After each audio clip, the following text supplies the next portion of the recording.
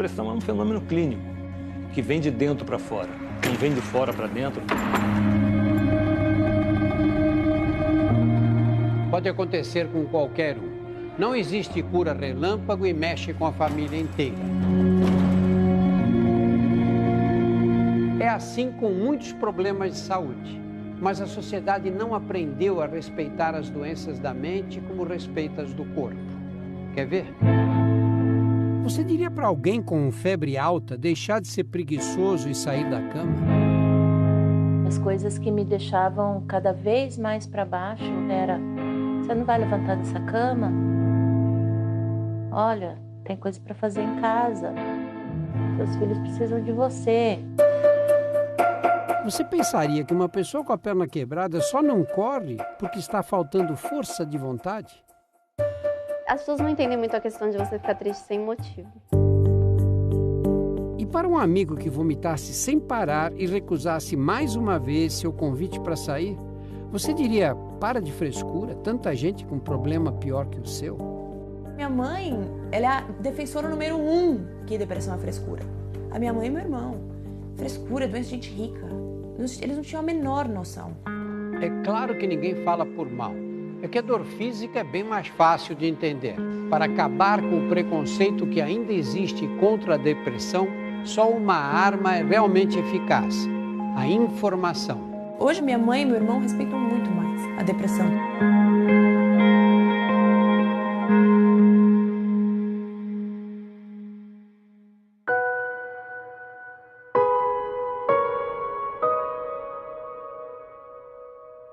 A pior coisa é quando você entra no quarto e tá olhando para o teto. O que o teto tá te dizendo? A doença tá lá, a voz tá lá falando com ela. Então, a dificuldade é essa. É você entender que não, ela não vai hoje sair do quarto. Gabriele tem 19 anos e desde os 13 convive com crises de depressão. Você simplesmente não vê mais, prazer na vida. Eu ia na aula e começava a chorar, eu não sabia porque eu estava chorando. E acho que isso é angustiante porque você não sabe o motivo. E se você não sabe o motivo, como é que você vai resolver? De cada 5 adolescentes, 1 terá depressão. A incidência é alta. Agora preste atenção. Muitos pais ficam confusos com a doença.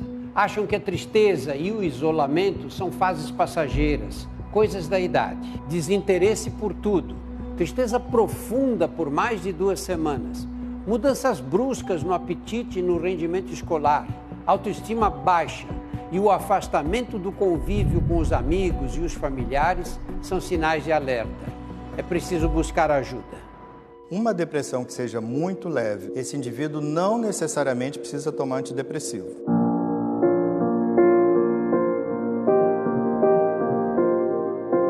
Infelizmente, esse não era o caso da Gabi.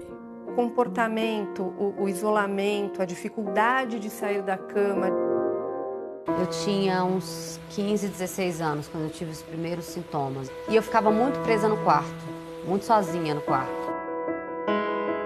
Poucos anos depois, com a dificuldade de se firmar na carreira, a depressão também chegou forte para Paula Fernandes. Primeiro, ela tinha desistido de cantar e tinha guardado o violão. Ela não tinha vontade de fazer nada, nem de comer, nem de sair, nem de nada. Muito duro para a mãe ver uma filha nesse estado. Agora, imagine quando é a mãe que está doente e ela tem uma bebê recém-nascida para cuidar. E as pessoas falavam: mas sua filha, ela precisa de você. Eu tinha certeza que ela não precisava de mim. Que qualquer pessoa ia ser mãe melhor para ela do que eu era.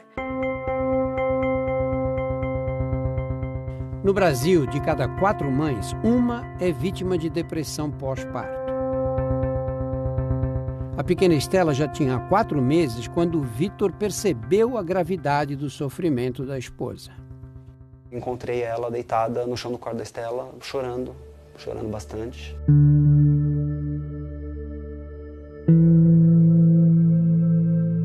Não é só falando de tristeza, foi falando de não ter mais vontade de viver.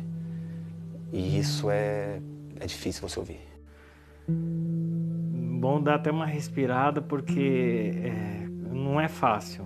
Eu tenho que trabalhar, estou ali atendendo, mas automaticamente minha cabeça está em casa, como que está lá. Meia palmito e meia 4 berinjela. Ok, fica à vontade. Tem hora que você se perde um pouquinho, leva até a bronca do chefe de vez em quando.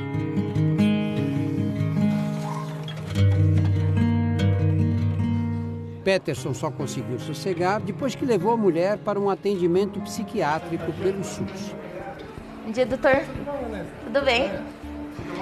Vanessa foi encaminhada a um CAPS, um centro de assistência psicossocial, e foi imediatamente afastada do trabalho. Eu não tinha condições nenhuma de enfrentar meu dia a dia mais.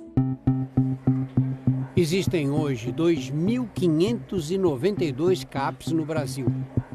E pelo menos 14 milhões de brasileiros com transtorno mental precisando de atendimento. A conta não fecha. Tem determinadas medicações que são realmente difíceis, que a gente tem até que comprar.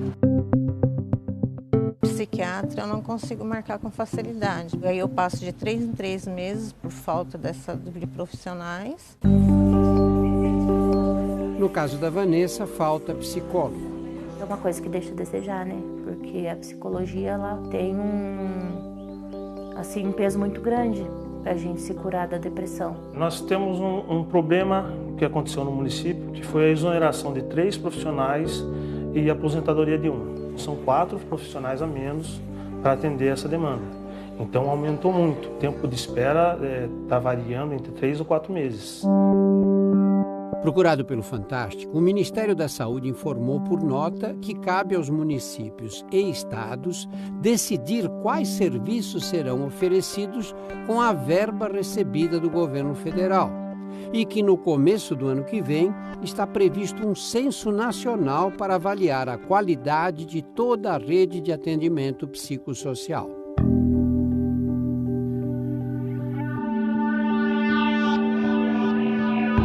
Não existe exame de sangue ou de imagem que comprove a depressão. O diagnóstico é clínico. Se a doença se mostrar leve, geralmente a psicoterapia dá conta do recado. Mas com os casos moderados ou graves não se brinca. Para eles foram criados os antidepressivos. Nós temos 20 a 30 compostos diferentes, então hoje dá para individualizar um tratamento de acordo com as características do paciente. A missão da maior parte desses medicamentos é melhorar a comunicação entre os neurônios, as células do cérebro, para que volte a existir uma quantidade adequada de substâncias químicas que geram bem-estar, como a dopamina, a serotonina e a noradrenalina. Os antidepressivos prolongam a ação dessas substâncias na sinapse, que é justamente o espaço por onde os impulsos nervosos são transmitidos de um neurônio para outro.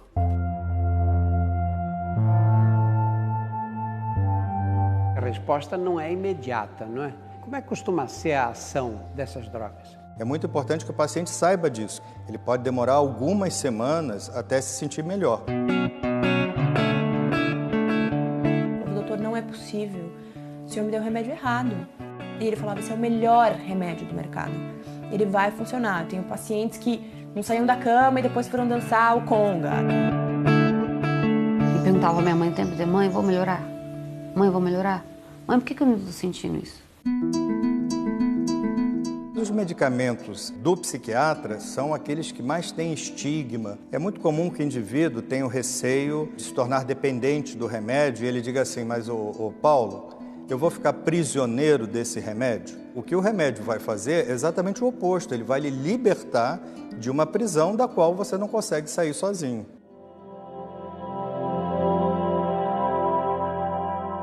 No começo são só dias ruins. Aí depois tem um dia bom, alguns dias ruins. 2 dias bons, alguns dias ruins. Isso é real mesmo, isso acontece. E aí quando você percebe, você teve 4 dias bons e um dia ruim. E aí de repente eu olhava, eu acordei um dia e arrumei a cama. Tem muita gente que começa a tomar o antidepressivo, em poucas semanas já se sente melhor e aí faz o quê? Larga a medicação por conta própria. É um erro, atrapalha a recuperação e leva a crises mais graves de depressão. Não faça isso. Existe um protocolo para você tratar a depressão. Normalmente você não trata isso menos de 6 meses. Para Paula Fernandes, foram 3 anos de terapia e medicamentos até que um belo dia veio o pedido. Sou pássaro de fogo. Mãe, eu quero voltar a cantar. Você me ajuda? Eu tomo medicamento, eu vou no psicólogo. Fazer alguma atividade física é difícil. E você não quer fazer nada. Mas eu me sinto muito melhor quando eu faço assim a longo prazo. Faz muita diferença. Terapia, remédio, exercício e autoobservação, que é fundamental. Sérgio tem depressão crônica há mais de 20 anos. O tratamento nesses casos é para a vida toda, como no diabetes e na pressão alta. É muito importante você começar a compreender que toda crise tem um princípio. Com o tempo, eu fui percebendo que um dos fatores que era detonador de crises eram as tentativas de relacionamento a 2. Relacionamento não é para mim.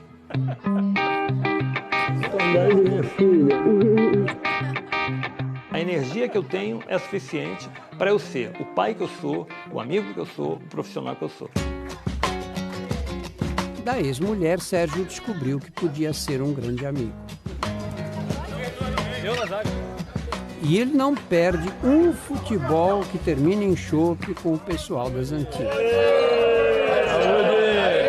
Pelo menos ele me demonstra estar feliz assim. A Gabi teve que trocar de medicação algumas vezes até começar a se sentir bem. Hoje vai animada para a faculdade e a depressão deixou de ser um assunto problema. Mas a vida social, por enquanto, não é a praia dela. Eu gosto de ficar sozinha. Pra mim, assim, estar com muita gente é uma coisa que gasta um pouco da minha energia, assim. Meu grande medo é ela também passar a vida triste. Ela não aproveitar a vida dela. Eu acho que existe um ciclo na vida que é conhecer, aceitar e amar. E começa por você, de você se conhecer, se aceitar e se amar. Quando eu estava no meu pior momento, era como se eu não existisse mais, como se eu tivesse ficado lá para trás. E hoje eu sinto a Vanessa de volta. Isso é muito bom para mim. Depois de 3 meses de licença, Vanessa foi liberada pelo psiquiatra para retornar ao trabalho. Limpa a língua como se fosse um tapete. Uma coisa que eu não sentia há muito tempo mesmo. O prazer de trabalhar. Estou muito feliz de estar onde eu estou. E hoje eu olho pra ela e eu falo, gente, eu sou a melhor mãe do mundo! Do mundo! Eu sou a melhor mãe que existe, não tem coisa melhor pra essa menina do que eu.